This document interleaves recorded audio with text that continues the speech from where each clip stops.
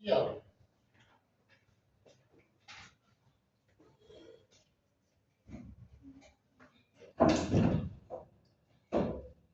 Bueno, cuando hablamos del facial nos referimos a qué? Al par craneal que va a innervar los músculos de la cara, fundamentalmente, ¿no es cierto? Y esto es un par craneal, como dice ahí, es mixto, sensitivo motor, es más motor que sensitivo, y cuando nosotros hablamos de lo que es el par craneal, las fibras motoras, ¿dónde se encuentran? A nivel de la protuberancia. A nivel de la protuberancia. Nosotros, digamos, acá tenemos ahí el origen real del séptimo par craneal, pero las fibras simpáticas, ¿no es cierto?, que nacen del núcleo circulatorio superior, están abajo, a nivel del bulbo, ¿no es cierto?, a nivel del bulbo. Si nosotros fijamos, tenemos acá en este segmento. Ahora, las fibras sensoriales que llegan del bulbo se conectan ¿dónde? En el ganglio genicular. El ganglio genicular, ¿no es cierto? ¿Y cuál es el origen aparente? El origen aparente es el extremo lateral del surco bulbo olfactorio. Surco bulbo olfactorio, ¿no es cierto? Bien, ahora, ¿qué órganos va a inervar? ¿Qué órganos inervan? Generalmente los músculos de la cara, los músculos de la mímica.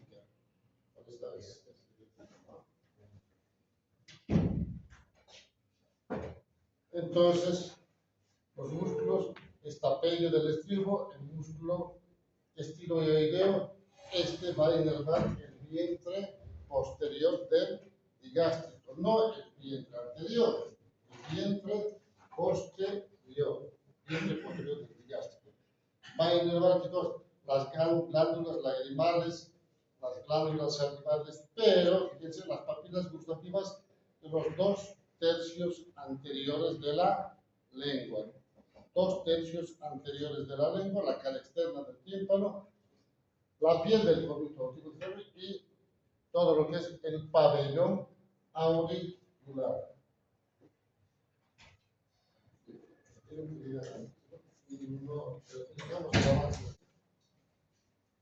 ¿Cómo evaluamos esto? Haciendo la mímica, ¿no es cierto?, los movimientos de la cara. Y fundamentalmente, ¿qué? Tenemos que fijarnos el surco nasogeniano, que esté simétrico. Si nosotros vemos que hay una desviación, una asimetría, un borramiento de esto, ¿qué vamos a hacer? Hacer que mueva la boca, abra la boca, infle la boca, ¿no es cierto?, frunza el ceño. Entonces, todo eso nos orienta a que el paciente probablemente tenga, sí, una lesión o una parálisis facial, que es el más frecuente de la lesión del nervio facial, es la parálisis facial periférica o la parálisis de Bell. Parálisis de Bell, ¿no es cierto? Y dentro de esto, dentro de las parálisis del séptimo par, existe la parálisis facial central y la parálisis facial periférica. El más frecuente es el periférico o parálisis de Bell, ¿no es cierto? Bien, tenemos al vestíbulo coclear. El vestíbulo coclear en general es un par craneal, ¿no es cierto?, más sensitivo. ¿Por qué? Porque está encargado de la audición y el equilibrio, ¿no es cierto? El origen real, ¿dónde está? En el ramo coclear del ganglio de Corti y el vestibular en el ganglio vestibular del O de Scarpa.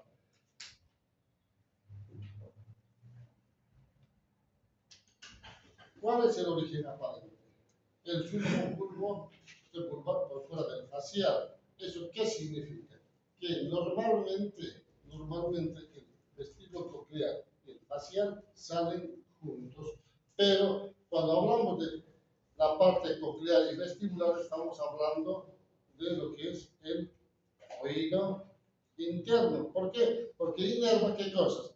El órgano de Corti, ¿no es cierto?, del conducto coclear, la mácula del utrículo, los sacros, las crestas angulares y, fíjense, los conductos semicirculares del laberinto semimembranoso. Todo esto, ¿dónde está? En el oído interno. En el oído interno, ¿no es cierto? Entonces, cuando nosotros empezamos a examinar este par craneal, ¿qué es lo que nos interesa ver? El tema del equilibrio con la maniobra de Zomberg.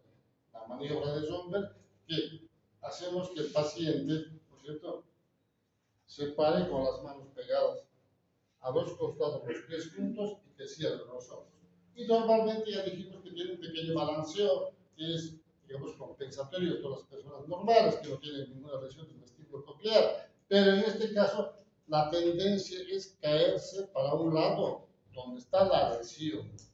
Donde está la lesión, tiene tendencia a caerse. Algunos neurólogos recomiendan hacer, ¿no es cierto? Si ustedes leen los libros de Justino, que les recomendé, nos recomienda que, ¿no es cierto?, cuando tenemos duda de la maniobra de Zomberg, hacemos la maniobra, ¿no es cierto?, sensibilizada de Zomberg, que es poner un pie hacia adelante, las manos al costado, y el movimiento de equilibrio es la tendencia a caerse para adelante o para atrás. Pues esas maniobras son las que ahí nos ayudan a entender lo que es el sentido del equilibrio. Equilibrio. Pero cuando hablamos de la audición, usamos el diapasón. ¿Para qué? Para hacer la maniobra de Rinne y la de Weber. ¿No es cierto? Eso ya lo llevaron ustedes, ¿eh? Otorrino. ¿Están llevando o van a llevar recién? Ya hemos llevado, doctor. Entonces ya saben cómo se hace, ¿no es cierto? Entonces usa el diapasón para hacer la conducción aérea y la conducción ósea para ver si escucha simétricamente a ambos lados, ¿no es cierto? A veces hay una disminución de la audición cuando usamos el diapasón. Bien, ahora tenemos al glosofaringio. El glosofaringio, ¿no es cierto?, también es un par craneal mixto, motor sensitivo, ¿no es cierto? El motor está encargado, ¿no es cierto?, de la secreción parasimpática y el sensorial encargado de la sensación general. ¿Dónde está ubicado el origen real? Está ubicado el núcleo, ¿no es cierto?, motor ambiguo del bulbo, pero este par craneal, a partir de ahí, son los llamados los pares craneales bajos. ¿Por qué? Porque están localizados en el bulbo. En el bulbo. Y el origen aparente es el extremo superior del surco posolivar. ¿No es cierto? Si nosotros vemos acá, ¿no es cierto?, vamos a ver que el glosofaringio nace acá. Este es el surco posolivar. Entonces nace ahí el glosofaringio o noveno par craneal. ¿Qué va a inervar? Si nosotros nos fijamos, ¿no es cierto?, el músculo estilofaringio, el músculo constrictor de la faringe, ¿no es cierto?, por la vía del plexo faringio, la glándula palatina por la vía del ganglio óptico, los corpúsculos gustatorios, pero fíjense ustedes, de las papilas, ¿no es cierto?, calciformes, y otras las papilas del tercio posterior de la lengua. No tercio anterior. Tercio anterior, ¿por qué estaba dado? Inervado. ¿Por él? ¿Por él? Por el facial, ¿no es cierto? Los dos tercios anteriores están dados por el facial. Y el tercio posterior está por el glosofaringio. ¿No es cierto? El glosofaringio. También está inervado que va a inervar la mucosa faríngea toda la cara interna del tímpano, no la cara externa, la cara interna del tímpano, ¿no es cierto?, es encargado del dolor, los quimiorreceptores de los cuerpos carotídeos, la carótida, ¿no es cierto?, y los receptores del seno carotídeo. Eso que cuando masajean, apretan la carótida, se desmayan. Bueno, eso. Bien. Ahora, ¿cómo examinamos? ¿Cómo evaluamos? Hacemos que el paciente diga, o nosotros le decimos, abra la boca, saque la lengua y diga, ah, ¿no es cierto? Entonces ahí, ¿qué estamos examinando? El noveno par craneal. ¿Para qué? Para ver la simetría del velo del paladar, que esté simétrico, que tengamos la óvula en la parte media, que no esté desviada para ningún lado. Entonces vemos, cuando le decimos que diga ah, vemos que el velo del paladar eleva, ¿no es cierto?, simétricamente. Cuando hay una asimetría en esto, entonces tenemos que suponer que hay una lesión del glosofaringio. Pero también podemos, digamos, estimular el reflejo nauseoso usando un bajalenguas, ¿no es cierto? Y cuando hay lesión de esto, ¿no es cierto?, el paciente tiene la patología que se llama la neuralgia del glosofaringio, más o menos muy similar a lo que es la neuralgia del trigémino. Este paciente va a tener mucho dolor, pero mucho dolor al tragar, fundamentalmente. Porque en el momento en que nosotros deglutimos, ¿no es cierto?, hay movimiento del pelo del paladar. Si está lesionado, genera mucho dolor. La cirugía es más o menos similar a lo que es la neuralgia del trigémino. Algunos dicen que se empieza más con tratamiento médico, pero estos responden más al tratamiento quirúrgico. Es lo mismo, la arteria va golpeando al glosofaringio, lo que tenemos que hacer es separarlos para que no provoque la neuralgia. Y tenemos al vago. El vago en general también es un paracraneal mixto motor sensitivo y fíjense ustedes que, ¿no es cierto?, el origen real, ¿dónde está? En el motor principal del núcleo umbilical, el parasimpático, en el motor dorsal del vago. El sensitivo, ¿no es cierto?, en el núcleo solitario del núcleo espinal del trigémino, hacia abajo. Entonces, fíjense, estos también están a nivel del bulbo, pero el origen aparente surco posterolateral caudal al glosofaringio. Si nosotros vemos acá, tenemos al glosofaringio hacia arriba y abajo tenemos al vago. Entonces, cuando nosotros examinamos este par craneal, ¿no es cierto?, vamos a examinar qué cosa. Lo mismo que el glosofaringio, porque a nivel de la boca, a nivel del orofaringio, inerva las mismas estructuras. Entonces, cuando estamos examinando, lo mismo que cuando examinamos los oculomotores, examinamos 3 pares craneales, ¿no es cierto? Acá examinamos los 2 pares craneales, el glosofaringio y el vago. Entonces, lo mismo va a inervar las mismas estructuras. Fíjese, el constrictor de la faringe, por la vía del plexofaringio, el músculo de la laringe, las glándulas y músculos lisos de la faringe, laringe, las vísceras, pero la diferencia es que este paracraneal desciende hacia abajo, lo que no pasa con el glosofaringio. Entonces, este paracraneal va a ir a inervar a todo lo que son las vísceras del tórax y del abdomen, ¿no es cierto? Va a llegar hasta el tubo digestivo, ¿no es cierto?, hasta la flexión esplénica del intestino grueso, las vísceras torácicas, pero este va a ir ¿dónde? A los receptores de la presión arterial, ¿no es cierto?, de la aorta abdominal, a los receptores del dolor y la temperatura, ¿no es cierto?, tacto y la presión de la laringe, el conducto auditivo externo, la cara externa del tímpano, la oreja, las meninges y la fosa craneal posterior. Entonces, fíjense ustedes que el vago va a inervar más estructuras que el glosofaringio, ¿no es cierto? Además, va a inervar ¿qué cosa? La laringe, que es lo que no inerva el glosofaringio. Entonces, cuando vemos esto, ¿no es cierto?, ¿cómo examinamos? Lo mismo, el reflejo nauseoso, la elevación del pelo del paladar, y si está lesionado, vamos a ver que esta ócula está, como en la foto, desviada para un lado. Entonces, yo tengo que pensar que está lesionado o el noveno o el décimo, que está lesionado ambos, porque nacen juntos. Pero, ¿no es cierto?, la diferencia es que cuando el paciente tiene una disfonía en el lenguaje, ¿no es cierto?, con seguridad la lesión es del décimo par craneal, no del noveno. ¿Por qué? Porque va a inervar a las cuerdas bucales, lo que no hace el glosofaringio. Entonces, esa es la diferencia que, ¿no es cierto?, cuando vemos, ¿no es cierto?, que el paciente tiene una disfonía.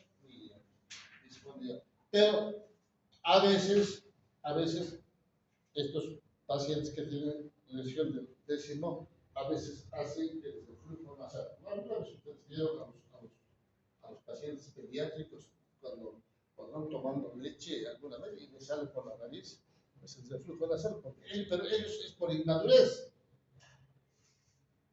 ¿No es cierto? Por eso que cuando dan la leche, ¿no es cierto? Le ponen con la cabecita arriba y le hacen lo que llaman el provechito, ¿no es cierto? Golpean la espalda. En los adultos, si hay reflujo nasal, está lesionado el vago. Entonces, fíjense ustedes que cuando examinamos a los pares bajos, vamos examinando el noveno al décimo en las mismas estructuras. Tenemos al accesorio o espinal. Esto es mucho más sencillo, ¿por qué? Porque es un par craneal eminentemente motor.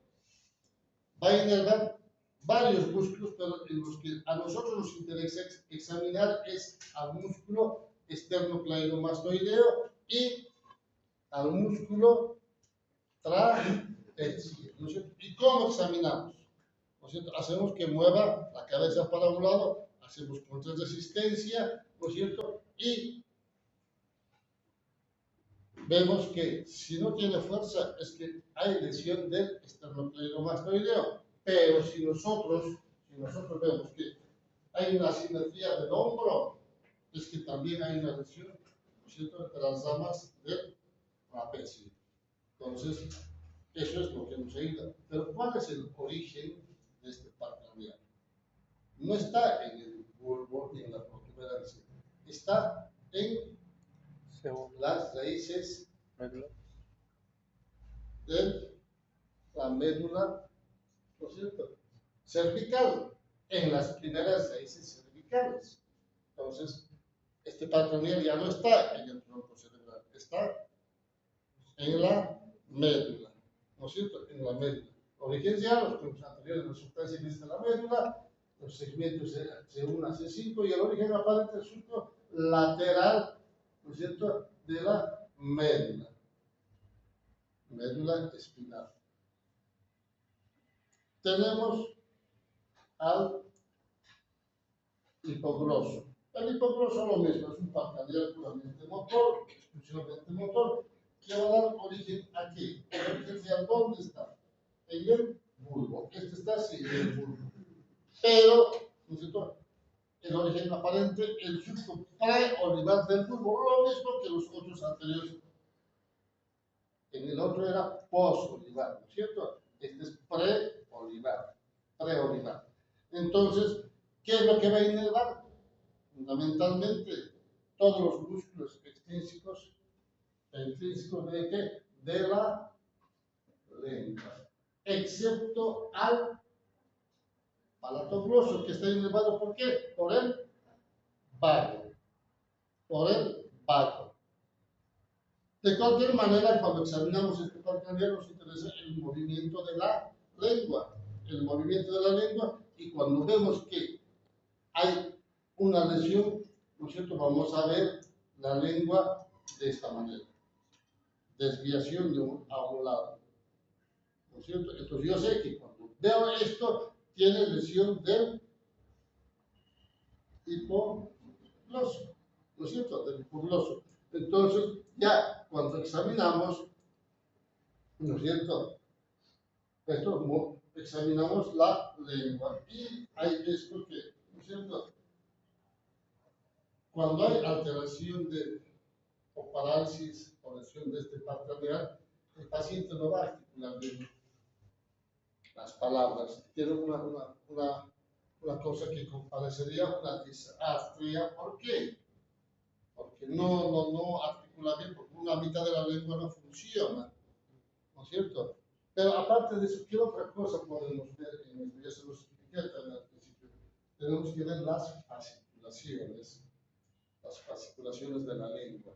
Si nosotros vemos que hay fasciculaciones en la lengua, siempre debemos pensar que este paciente puede tener ¿qué cosa? Un ELA. ¿Y qué es el ELA? Esclerosis lateral amiotrófica, ¿no es cierto? Entonces, cuando uno ve las fasciculaciones, uno tiene que sospechar de eso. y si son médicos generales o médicos de otra especialidad, enviárselo al especialista, al neurólogo, al neurocirujano, ¿no es cierto? Y si un neurólogo, obviamente con mayor razón sospechan de esto y hacer todos los estudios para confirmar que este paciente tenga o no la esclerosis lateral amiotrófica. ¿Quedó claro todo esto? ¿Sí? ¿Seguro? ¿Alguna pregunta? Tenemos cefalea. Bueno, ya vimos muchas cosas que nos interesa conocer el examen de historia clínica. Ya hablamos del ACV isquémico también, ¿no es cierto? Los síndromes globales también hablamos, ¿no es cierto? ¿Sí? Entonces ya sabemos que cada lóbulo va a dar una sintomatología. Pues ya sabemos que puede estar. Pero hay patologías como estas, no patologías, sino más bien signos y síntomas, en este caso síntomas, ¿no es cierto?, que el paciente va a la consulta. ¿Por qué? Por cefalea. Entonces, cuando hablamos de cefalea, ¿estamos hablando de qué? ¿De una enfermedad? Sí. ¿O un síntoma? Es un síntoma, no una enfermedad. Entonces, el paciente tiene síntomas de cefalea. Y la cefalea puede tener múltiples causas, pero múltiples causas. Un ejemplo de, no sé, se me ocurre en este momento, eso pasa más en las mujeres, ustedes las chicas, ¿no es cierto? No quieren salir con el novio, salgamos, ay no, me duele mi cabeza, ¿no es cierto? Por la texto, tengo dolor de cabeza, es así, ¿no es cierto? Y de los hombres, lo mismo. Quieren salir, no quieren sacar con la novia, con la otra novia quieren salir. No, estoy con dolor de cabeza, mucho trabajo. Lo mismo, ¿no es cierto? Pasa lo mismo. Entonces, fíjense, hay muchas causas. Hay muchas causas desde un paciente que tiene desfrío, está con fiebre, ¿no es cierto? Y tiene dolor de cabeza.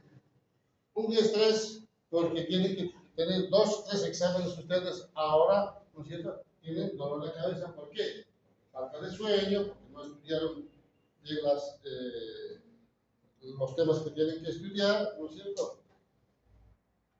O simplemente, ¿no es cierto?, al salir de la casa, esa mala casualidad se golpea la cabeza, ¿no es cierto? Cefalea. Entonces, fíjense, hay muchas causas de cefalea. Entonces, cuando hablamos de cefalea, en general, fíjense, ¿cuál es el concepto? Una sensación molesta localizada en la parte superior de la cabeza que va de adelante para atrás o de atrás para adelante, ¿no es cierto?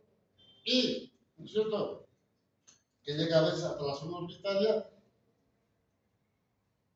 Dice ahí, la cefalea es uno de los trastornos más comunes del sistema nervioso. Es otro concepto. Y entre las cosas dice acá, una persona adulta, por lo menos una vez en su vida, va a tener la experiencia de cefalea. ¿No es cierto? Yo creo que si les pregunto a ustedes, ¿alguno de ustedes nunca tuvo cefalea?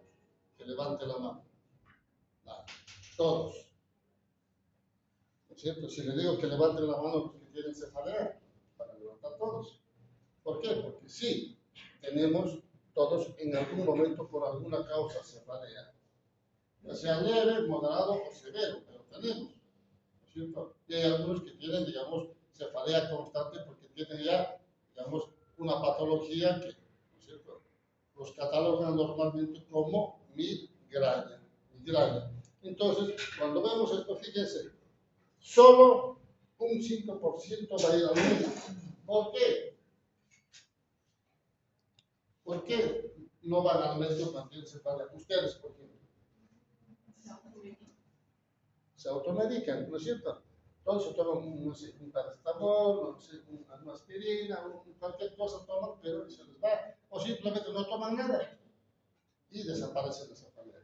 ¿No es cierto? Y de estos, solo el 1% va a tener alguna patología en el cerebro, en el sistema nervioso central. Y de esos, solo el 30% va a tener, ¿no es cierto?, solo el 30% va a tener cefalea como único síntoma. Como único síntoma. Entonces, cuando hablamos de cefalea, es que tenemos que prestar atención, ¿no es cierto?, a la cefalea, porque el paciente dice, doctor, me duele mi cabeza. ¿Qué hacemos? ¿Qué hacen ustedes? O los médicos de guardia, o los residentes, que tiene cefalea este paciente. No, señora, usted tiene migraña. Y el paciente se va feliz. Dice, el doctor me dijo que tengo migraña. ¿Lo examinó? No. ¿Hizo el interrogatorio? No. Pero ya se va con el diagnóstico equivocado, con el tratamiento equivocado. Y toda su vida cree que tiene migraña. ¿Por qué? Porque el médico se lo dijo. Porque el paciente cree, ¿no es cierto?, que el médico sabe todo. Es el concepto de la gente común. El doctor sabe todo. Usted sabe todo. Se inventan ser médicos. Saben todo. No. Ustedes saben que estadísticamente en la universidad se aprende solo más o menos un promedio del 12% de conocimiento de medicina. Entonces, ¿en qué porcentaje está? Cada una conciencia. No me lo digan, piensen ustedes. 1%, 2%, 0,8%, 3%. ¿Dónde se catalogan ustedes? Fíjense ustedes entonces. Es importante que hagan eso de autorreflexión, autocrítica, para saber dónde se encuentran, porque ya van a, ¿no es cierto?, en poco tiempo ya van a ser médicos. Y siempre se lo digo, que una vez que les den el título, van a tener el sello, y eso no es para asustar, pero en el mundo actual es como los abogados. Todo lo que digan y lo que hagan será usado en su contra.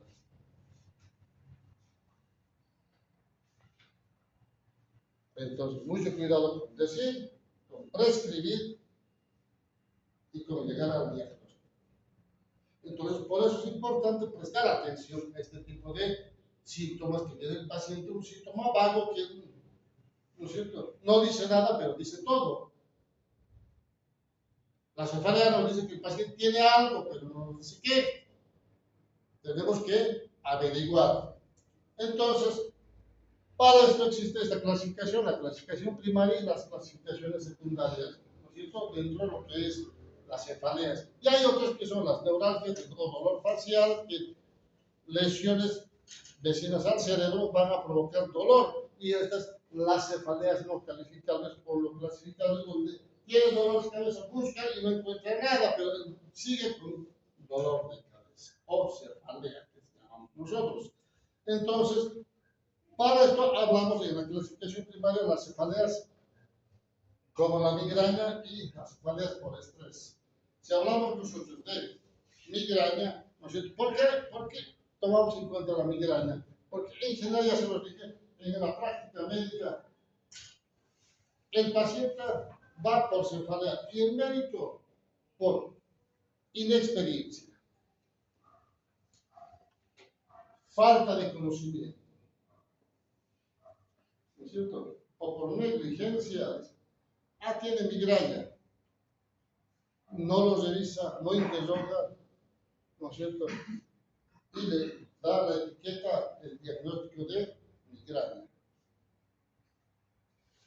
Diagnóstico equivocado, tratamiento equivocado, ¿no es cierto? Entonces, cuando hablamos de migraña, tenemos que prestar atención en algunas cosas, como por ejemplo, en general la migraña siempre, la gran mayoría es unilateral, una hemicrania, ¿no es cierto?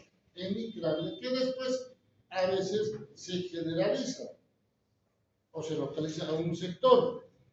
Y cuando empieza, antes se decía que empezaba en la edad adulta, después eso se vio que en la adolescencia, ahora se habla de la infancia inclusive, que empieza la migraña, pero tiene que tener un patrón familiar, ¿no es cierto? Y antes se hablaba de qué, de que era una causa vascular. Hasta ahora se sigue pensando esto, pero en los estudios se encontraron que tienen una secreción elevada de qué? De la serotonina. De la serotonina. ¿Qué función tiene la serotonina?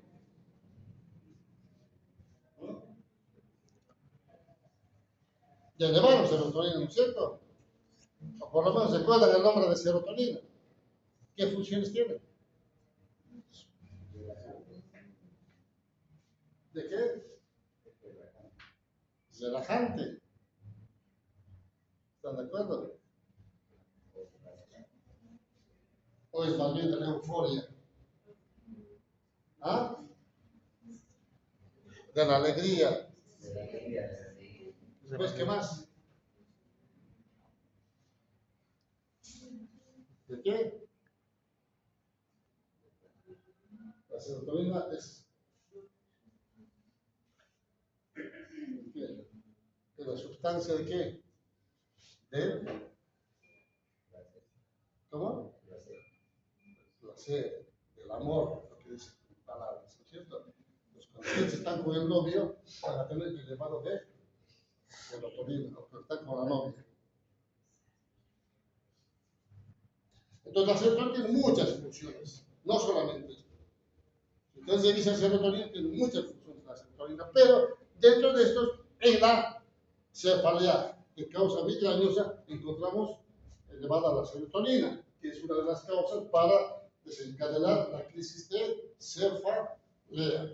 Hay trastornos familiares, obviamente, que son condicionantes para tener esto de la migraña. Y al principio, cuando empieza la migraña, dura muy pocas horas, 1 hora, 2 horas, y responden simplemente a tratamientos analgésicos comunes, pero cuando pasan los años, esto se hace mucho más severo al tratamiento y necesita otros medicamentos y el tiempo de la cefalea dura mucho más, 12 horas, 24 horas, 48, hasta 72 horas, ¿no es cierto? ¿Y qué es lo que va a tener aparte de esto el paciente? Va a tener lo que llamamos la fotofobia, la fonofobia, ¿no es cierto? Y obviamente estos pacientes aumentan la intensidad del dolor con el movimiento de la cabeza, la actividad diaria rutinaria, ¿no es cierto? Y obviamente, ¿no es cierto? Hacemos que el paciente cuando tiene esto, ¿qué hace? Se encierra en una habitación, en su habitación, en su dormitorio, apaga las luces, cierra las cortinas, ¿no? La oscuridad y el silencio. Y se pone a dormir o tomamos antimigrañosos y empieza a mejorar. Entonces, fíjense ustedes que tiene sus características, ¿no es cierto?, típicas de ser una migraña. ¿No es cierto? Si un paciente dice, ¿no es cierto?, que no le molesta la luz, no le molesta el ruido, no tiene náusea, no tiene nada, y no más vale que no sea migraña. Pues se falla por cualquier causa, pero menos migraña. Entonces tenemos que tomar en cuenta ese tipo de parámetros y saber que en general no es la primera causa de cefalea dentro de la clasificación, más bien es la segunda causa. Pero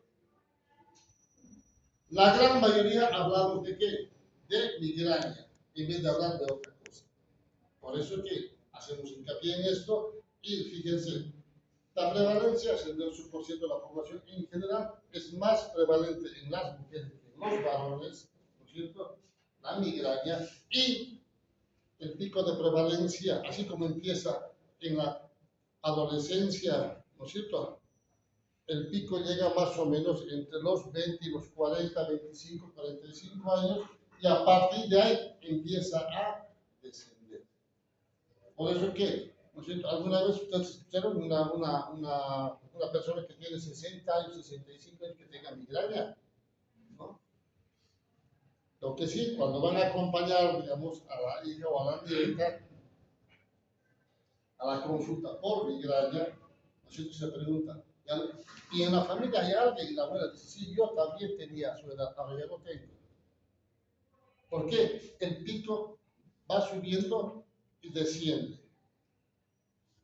¿No es cierto? El pico de prevalencia, ¿no es cierto?, entre los 20 y los 40 años. ¿no es cierto?, tiene que tener el antecedente familiar. De eso no sabe por qué. ¿Cómo? No se sabe por qué. Es un ciclo que no está totalmente definido. No está definido. Pero se sabe que existe esa pregunta. Ahora, las cefaleas, mejor dicho, las migrañas se presentan de dos maneras. Las migrañas con aura y las migrañas sin aura. En general, lo más frecuente, más del 80% de los pacientes que tienen migraña son aquellos que tienen las migrañas sin aura. Sin aura. O sea, aparece la crisis de cefalea sin previo aviso. Puede ser en la mañana, la tarde, la noche. Hay factores desencadenantes, el ambiente, no sé, el trabajo, ¿no es cierto? Pero, ¿no es cierto?, estos siempre van a acompañarse, en la gran mayoría, de náuseas o vómitos, van a tener fotofobia, fonofobia y algunos pacientes dicen, cuando como chocolate, tengo migraña. Otros dicen, tomo leche, tengo migraña. Como queso, tengo migraña. Cuando consumo naranja, tengo migraña. Cuando consumo tomate, tengo migraña. Porque, no sé, alguna verdura, no sé, la cebolla, ¿no es cierto? O, no sé, acelga. Entonces, y eso se comunica en la gente común. Entonces uno dice, y yo tengo migraña, entonces no tengo que tomar ni leche, ni chocolate, ni naranja, ni cebolla, ni tomate, nada, o sea, no come nada. Pero no es así. Hagamos de cuenta que aquel compañero tiene migraña. Cada vez que viene a neurocirugía, a la clase, tiene migraña. Es un desencadenante. ¿No es cierto? Pero no a todos. ¿No es cierto? Solo a él. Entonces, porque a él le provoca cefalea estar en clases, ¿no es cierto? Ninguno que ustedes, todos ustedes tienen migraña y ninguno asiste a clases. No. O simplemente a él que tiene migraña dice, no, yo consumo chocolate y me provoca migraña. Entonces, el resto no come chocolate. No. O él, ¿no es cierto?, tiene migraña, pero le desencadena el queso. Dice, a mí el queso, nadie come queso. No. A él le provoca el queso, al resto no. A él le provoca las clases, digamos, pero al resto no. A él el chocolate, al resto no. Entonces, tienen que entender eso y explicar al paciente de esa manera. Y otro dice, acá la compañera dice, yo como naranja y tengo, todos los inviernos, tengo cefalea, migraña, con mayor frecuencia el resto del año. Entonces, nadie come naranja. No, solo a ella. El resto no puede comer. Entonces, pero hay, digamos, estas cosas que pueden provocar la falta de vitamina D, la riboflavina, la coenzima Q10, pero, ¿no es cierto?, o simplemente, ¿no es cierto?, no sé, el estudiar, ¿no es cierto?, provoca estrés, pero como es migrañoso, el estrés te desencadena la migraña, pero no, digamos, no tiene la cefalea por estrés, sino desencadena la migraña. Entonces, fíjense ustedes, todo eso son condicionantes de tener migraña. Van entendiendo esto, ¿no? Necesito que entiendan bien. Bien, entonces, cuando nosotros hablamos de esto, ¿no es cierto?, hablamos también de lo que es la migraña con aura. Pero cuando hablamos de la cefalea de migraña con aura, esto es como que el organismo nos avisa a nosotros de que vamos a tener la crisis de migraña. Y normalmente, ¿no es cierto?, nos avisa con alteraciones visuales. Por eso, en general, uno despierta y ¿qué es lo que va a tener? Trastornos de la visión, destellos, luces, ¿no es cierto?, centellantes, zigzagueantes, visión borrosa, visión brillante, de pronto le brilla todo y no, o se nubla la vista, ¿no es cierto? A veces hay una parestesia de un brazo, una pierna, ¿no es cierto? A veces escuchan, ¿no es cierto?, unas cosas, a veces tienen vértigos, y a veces problemas de lenguaje. Entonces uno ya sabe, un paciente migrañoso, ya sabe que si tiene alguna de estas cosas, sabe que va a tener una crisis de cefalea. ¿Y qué es lo que hace? Rápidamente toma el antimigrañoso. ¿Para qué? Para bloquear el dolor, para bloquear la cefalea. Pero ya cada paciente migrañoso tiene alguna de estas cosas y sabe que cuando va a pasar esto, ¿no es cierto?, va a tener cefalea. No es que todos los pacientes tienen que tener todo esto, no, solo algunas de las cosas. Solo algunas de esas cosas va a tener como preaviso de que va a tener una crisis de migraña. Entonces, existen otro tipo de migrañas, las llamadas migrañas complejas, estas, las basilares, por ejemplo, cuando hay problemas de fosa posterior. Hay otras que son las migrañas oftalmoplégicas, caída del párpado. Uno se asusta y piensa en cualquier cosa, ¿no es cierto?, menos en migraña. Tiene cefalea y tiene esto. Las migrañas secundarias a trauma, en general, estos son cuando el paciente tiene un golpe y a partir de él tiene migraña. En general, no es que el trauma provoca la migraña. El paciente ya estaba condicionado a tener migraña y probablemente el golpe ha sido el desencadenante, si quieren, circunstancial. ¿No es cierto? Antes de eso no tenía migraña, pero ahora tengo, después del golpe, después que me golpea la cabeza, tengo migraña. O las hemiplégicas. Cuando un paciente va a la emergencia, tiene, ¿no es cierto?, problemas de lenguaje, no puede hablar y no puede mover la mitad del cuerpo. Rápidamente, ¿en qué pensamos nosotros? En un ACV isquémico o ACV hemorrágico. ¿No es cierto? ¿Qué hacemos? ¿Qué hacemos? ¿La dejamos que se muera? ¿Qué hacemos? ¿Ah? ¿Una qué? Una tomografía, dice compañero. ¿Qué hacemos? Aspirina. ¿Está bien? ¿No? Dar aspirina. ¿No? Aspirina. Le damos aspirina en ese momento. ¿Qué más? ¿Qué hacemos? ¿Qué hacemos? Ahí en el fondo, ¿qué hacen ustedes? Lo dejen que se muera el paciente. Ustedes de este lado, ¿qué hacen con el paciente? ¿Ah? ¿Qué hacemos? Nada. ¿Qué hacemos?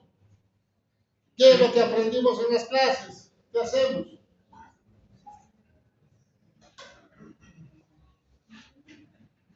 El examen neurológico. Después, interrogatorio. Después, antecedentes. ¿No es cierto? Eso es lo que tenemos que hacer. Preguntar. Porque si nosotros pensamos en una ACV y le hacemos una tomografía, ¿no es cierto?, el paciente, ¿no es cierto?, viene con la tomografía y no tiene nada. ¿Y qué hacemos? Está con hemiplegia y no tiene nada. Entonces pensamos, uy, es un ACV isquémico, porque en las primeras horas en la tomografía no se ve nada. ¿Qué le decimos? Tiene un ACV isquémico. ¿Sí? ¿O no? Entonces, ¿qué hacemos?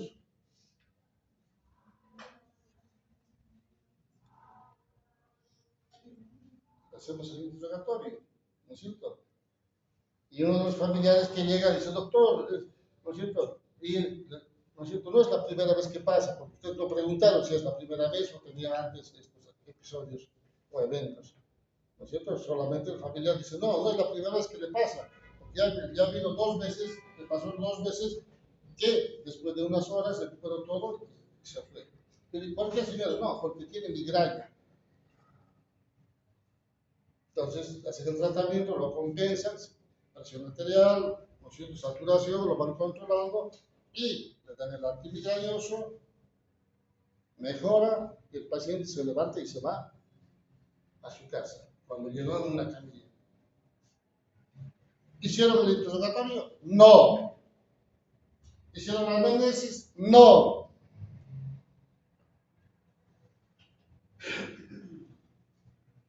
eso avanzamos las clases secuencialmente, que es lo que deben hacer.